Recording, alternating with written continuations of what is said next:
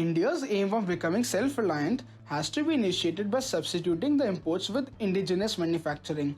To strengthen the pillars of Make in India, let us understand the top commodities imported in India and their primary sources. Petroleum, crude oil and products account for approximately $130 billion in the financial year 1920.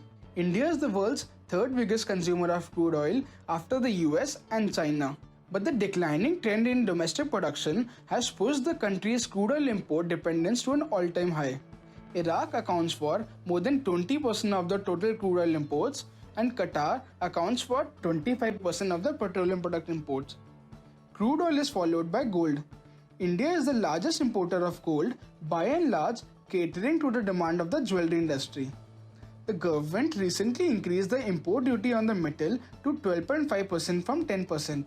More than 50% of the total gold imports are from Switzerland. Petroleum products are followed by coal.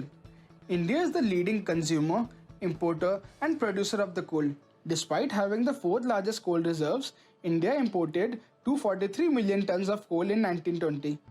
Therefore, the government has liberalized coal production and allowed private sector participation in the sector, followed by allowing 100% FDI in commercial coal mining. The primary source of coal and coke is Australia.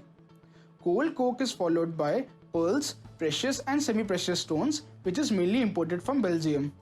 It is followed by electronic components. The main hurdle in creating a manufacturing ecosystem is most of the electronic components are imported at nil basic custom duty as they are covered under the Information Technology Agreement of WTO.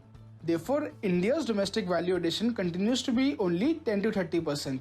Significant activity undertaken in India was on account of assembly of finished products serving the domestic demand.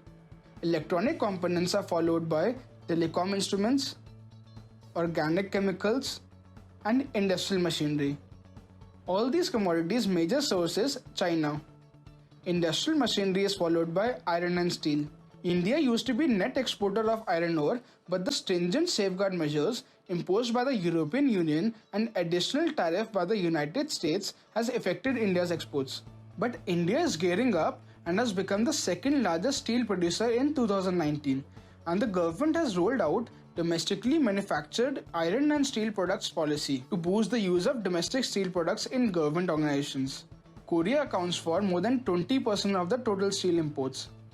Amidst the coronavirus, we are witnessing a rise of anti-China sentiments throughout the world, and recent clashes at the line of actual control have stimulated it further.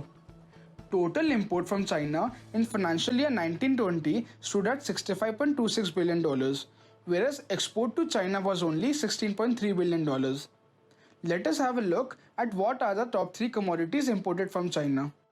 Of the total $65.26 billion, electronic components account for more than 9%. Telecommunication instruments accounts for 8.5% and 6.3% for computer hardware and peripherals.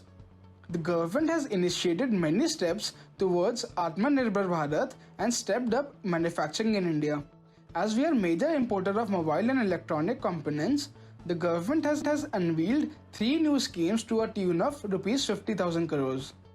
Apple iPhone manufacturers Foxconn and Wistron have already shown interest in investing in India.